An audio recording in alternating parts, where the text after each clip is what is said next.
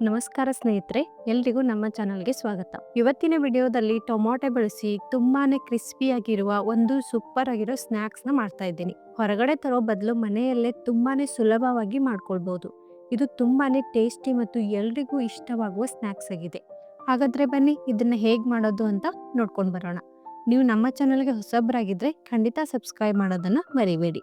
4ರಿಂದ 5 spoon Sira ದ್ರವ, 1 spoon red chilli powder, 1 cup tomato ರಸ, 1 spoon ajwain, 1 ಕಪ್ಪು ಮೈದಾ ಹಿಟ್ಟು, ರುಚಿಗೆ ತಕ್ಕಷ್ಟು ಉಪ್ಪು. ಇವಾಗ ನಾನಿಲ್ಲಿ ಒಂದು ಬೌಲಲ್ಲಿ 1 ಕಪ್ಪು ಮೈದಾ ಹಿಟ್ಟನ್ನ ಹಾಕೊಳ್ತಾ ಇದ್ದೀನಿ. ಮತ್ತೆ 4ರಿಂದ 5 ಸ್ಪೂನು ಶಿರಾ ದ್ರವ ಹಾಕ್ತಾ ಇದ್ದೀನಿ. ಮತ್ತೆ 1 ಸ್ಪೂನು ಅಜ್ವೈನು, 1 spoon red chilli powder, 1 cup tomato ರಸನ ಹಾಕಿ ಇದನ್ನ ಸರಿಯಾಗಿ ಮಿಕ್ಸ್ ಮಾಡ್ಕೋಬೇಕು. ಈ ರೀತಿಯಾಗಿ ಇದರಲ್ಲಿ ನಾನು ನೀರು ಆ್ಯಡ್ ಮಾಡಿಲ್ಲ. ನೀರನ್ನ ಆ್ಯಡ್ ಮಾಡದೆ ಹಾಗೆ ಇದನ್ನ ಸರಿಯಾಗಿ ಮಿದಿಬೇಕು. ಮಿದ್ದಿ ಈ ರೀತಿಯಾಗಿ ಹಿಟ್ಟನ್ನ ನಾವು ರೆಡಿ ಮಾಡ್ಕೋಬೇಕು. ಇದನ್ನ ಒಂದು 10 ನಿಮಿಷ ಹೀಗೆ ಬಿಡಿ. ಈಗ 10 ನಿಮಿಷ ಆಗಿದೆ. ಇದನ್ನ ಇನ್ನೊಂದ್ಸಾರಿ ಸರಿಯಾಗಿ ಮಿದ್ಕೋಬೇಕು. ಇವಾಗ ನಾನಿಲ್ಲಿ ಸ್ವಲ್ಪ ಒಣ ಹಿಟ್ಟನ್ನ ಹಾಕಿ ಇದ್ರ ಮೇಲ್ಗಡೆ ನಾವು ನಾದಿರುವಂತಹ ಹಿಟ್ಟನ್ನ ಈ ರೀತಿಯಾಗಿ ಇನ್ನೊಂದ್ಸಾರಿ ಮಿದ್ಕೊಳ್ತಾ ಇದ್ದೀನಿ. ಯಾಕಂದ್ರೆ ಇದಕ್ಕೆ ಹಿಟ್ಟು ಗಟ್ಟಿಯಾಗಬೇಕು. ನಾವು ಸ್ನ್ಯಾಕ್ಸ್ ಮಾಡಬೇಕಾದ್ರೆ, ಟೊಮೊಟೊ ಸ್ನ್ಯಾಕ್ಸ್ ಮಾಡಬೇಕಾದ್ರೆ ಅದಕ್ಕೋಸ್ಕರ ಹಿಟ್ಟನ್ನ ಇನ್ನೊಂದ್ಸಾರಿ ಒಣ ಹಿಟ್ಟಲ್ಲೇ ಮಿದ್ಕೊಳ್ತಾ ಇದ್ದೀನಿ. ಇವಾಗ ಇದು ರೆಡಿ ಆಗಿದೆ. ಈಗ ಸ್ವಲ್ಪ ಹಿಟ್ಟನ್ನ ತಗೊಂಡು ಇಲ್ಲಿ ಒಣ ಹಿಟ್ಟನ್ನ ಹಾಕಿ ಹಿಟ್ಟು ಮೇಲ್ಗಡೆ ಕೂಡ ಒಣ ಹಿಟ್ಟನ್ನ ಹಾಕಿ ಚೆನ್ನಾಗಿ ನಾವು ಚಪಾತಿ ಹೇಗೆ ಲಟ್ಟಿಸ್ಕೊಳ್ತೀವೋ ಆ ರೀತಿಯಲ್ಲಿ ಲಟ್ಟಿಸ್ಕೊಳ್ಬೇಕು. ಪೂರ್ತಿ ತೆಳುವಾಗಿ ಲಟ್ಟಿಸ್ಬೇಕು. ತುಂಬಾ ದಪ್ಪಗಾಗಿ ಇಡೋಕೆ ಹೋಗಬೇಡಿ. ಯಾಕಂದ್ರೆ ನಮಗೆ ಕ್ರಿಸ್ಪಿಯಾಗಿ ಬೇಕಾಗಿದೆ. ಅದಕ್ಕೋಸ್ಕರ ದಪ್ಪಗಿಟ್ರೆ ಅಷ್ಟೊಂದು ಚೆನ್ನಾಗಾಗೋದಿಲ್ಲ. ಈಗ ನಾವಿಲ್ಲಿ ಸೈಡಲ್ಲಿರೋದನ್ನ 4 ಕಡೆಯಿಂದ ಕಟ್ ಮಾಡ್ಕೊಳ್ಬೇಕು. ನಮಗೆ ಶೇಪ್ ಬೇಕಲ್ವಾ, ಅದಕ್ಕೋಸ್ಕರ 4 ಕಡೆಯಿಂದ ಕಟ್ ಮಾಡ್ಕೋಬೇಕು. 4 ಕಡೆಯಿಂದ ಕಟ್ ಮಾಡ್ಕೊಂಡಾದ್ಮೇಲೆ ಇವಾಗ ಇದು ಕಟ್ ಆದಮೇಲೆ ಫೋರ್ಕ್ ಇರುತ್ತೆ ಅಲ್ಲ, ಇಡ್ಲಿ ತಿನ್ನೋವಂಥದ್ದು, ಅದರಿಂದ ನಾವು ಈ ರೀತಿಯಾಗಿ ಇದಕ್ಕೆ ಪ್ರೆಸ್ ಮಾಡಬೇಕು. ಅಲ್ಲಿ ಎಲ್ಲ ಕಡೆ ಈ ರೀತಿಯಾಗಿ ಮಾಡ್ಕೊಳ್ಬೇಕು. ಇವಾಗ ಇದನ್ನ ಕಟ್ ಮಾಡ್ಕೋಬೇಕು. ಸ್ವಲ್ಪ ದೊಡ್ಡದಾಗಿ ಕಟ್ ಮಾಡ್ಕೊಳ್ಬೇಕು. ಕಟ್ ಮಾಡ್ಕೊಂಡಾದ್ಮೇಲೆ ಇವುಗಳನ್ನ ಒಂದ್ರ ಮೇಲೆ ಒಂದಿಟ್ಟು ಇನ್ನೊಂದ್ಸಾರಿ ನಾವು ಟ್ರಯಾಂಗಲ್ ಶೇಪಲ್ಲಿ ಕಟ್ ಮಾಡ್ಕೋಬೇಕು. ಸ್ನೇಹಿತರೆ, ನಿಮಗೆ ಯಾವ ರೀತಿಯಾಗಿ ನಿಮಗೆ ಬೇಕೋ ಆ ರೀತಿಯಾಗಿ ನೀವು ಕಟ್ ಮಾಡ್ಕೋಬಹುದು ಶೇಪಲ್ಲಿ.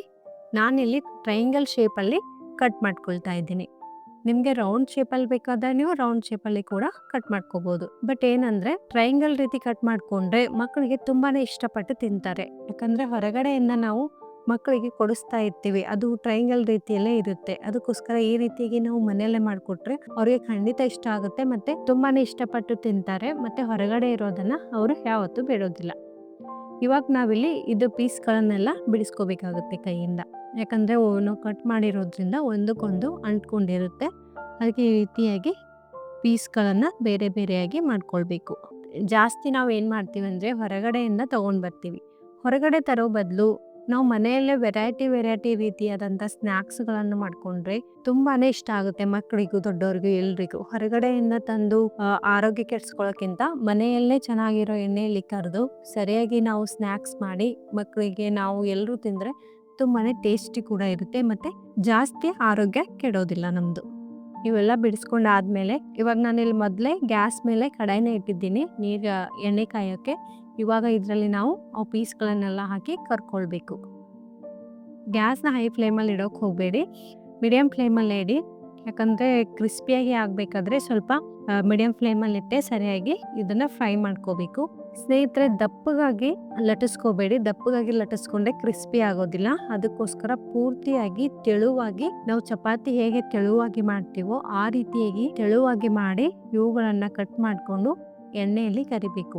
ಅವಾಗ ಮಾತ್ರ ಅದು ಕ್ರಿಸ್ಪಿಯಾಗಿ ಆಗುತ್ತೆ. ದಪ್ಪವಾಗಿ ಲಟ್ಟಿಸ್ಕೊಂಡ್ರೆ ಕ್ರಿಸ್ಪಿಯಾಗಿ ಆಗೋದಿಲ್ಲ. ಇದನ್ನ ನೀವು ತಲೆಯಲ್ಲಿ ಇಟ್ಕೋಬೇಕು.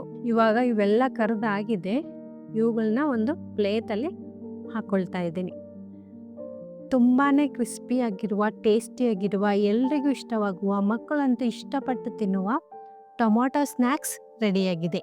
ನಿಮಗೆ ಈ ರೆಸಿಪಿ ಇಷ್ಟ ಆಗಿದೆ ಅಂತ ಅಂದ್ಕೊಂಡಿದ್ದೀನಿ. ಇಷ್ಟ ಆಗಿದ್ರೆ ಖಂಡಿತ ನೀವು ಕಮೆಂಟಲ್ಲಿ ನಮಗೆ ತಿಳಿಸಿ. ಹಾಗೆ ನಿಮಗೆ ಯಾವ ರೀತಿಯ ರೆಸಿಪಿ ಬೇಕು ಅಂತಲೂ ಕೂಡ ನೀವು ಕಮೆಂಟ್ ಮಾಡಿ ತಿಳಿಸಿ. ಮತ್ತು ನಮ್ಮ ಚಾನಲನ್ನು ಸಬ್ಸ್ಕ್ರೈಬ್ ಮಾಡ್ಕೊಳ್ಳೋದನ್ನು ಮರಿಬೇಡಿ. ಬೆಲ್ ಐಕನನ್ನು ಪ್ರೆಸ್ ಮಾಡಿ. ಇದರಿಂದ ನಾವು ಹಾಕುವ ಮೊದಲು ವಿಡಿಯೋ ನೀವೇ ನೋಡ್ಬೋದು.